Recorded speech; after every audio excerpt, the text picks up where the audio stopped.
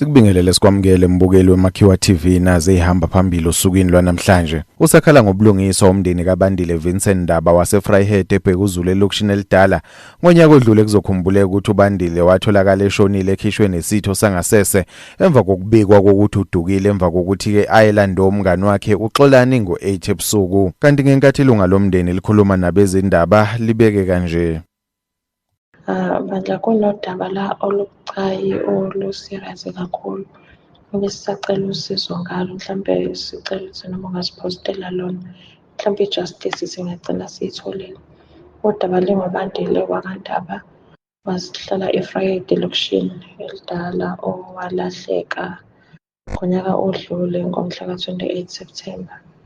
Waze watholakala ngomhla ka-5 October.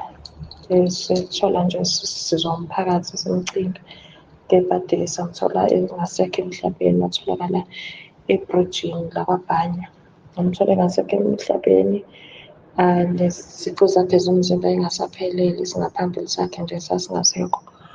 Kodwa-ke namanje ubulungiswa asikutholi ngoba uphuma kwakhe ekhaya, waphuma ekhishwa umngani wakhe. Then umngane-ke wahamba kanjalo-ke naye-ke.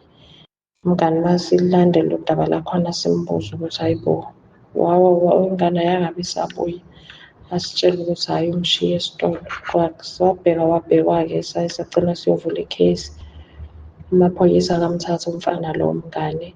Mayesemthathile sisaqhubeka simcinga, kwaqhamuka abangani bomfana lo ethathwa amaphoyisa, bakhipha ibhamu bebuza ukuthi yini indaba sikhiphe igama lomfana emaphoyiseni. Kodwa-ke khona ekugcineni akekho oboshiwe, kuthulekile ama-results e-postmortem njengoba umfana atholakala emanzini nje ebrijini, asikaze size siwathole. Instead amaphoyisa mayekhuluma nje kakhulu umseshi eVryheid uyakakhuluma as if ngathi ingane eyayibulala yona, kanti kubonakala ukuthi ushayiwe. Manje sikhala njenge-justice ngoba manje asikazi ukuthi senze njani. Siyathanda nanokubhalela ukhozi mhlampe nabaka-TV, kodwa sithe hhayi okwamanje ake sibalela mhlawumbe amaphoyisa engathuka ethuswe ukuthi hayibo nakho mhlawumbe sesithathe ezinye iy'nyathelo.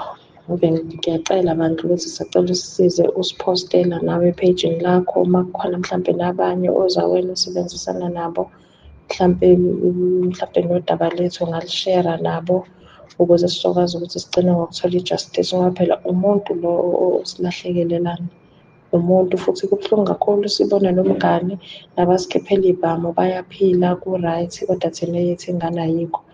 Ngiyacela bandla.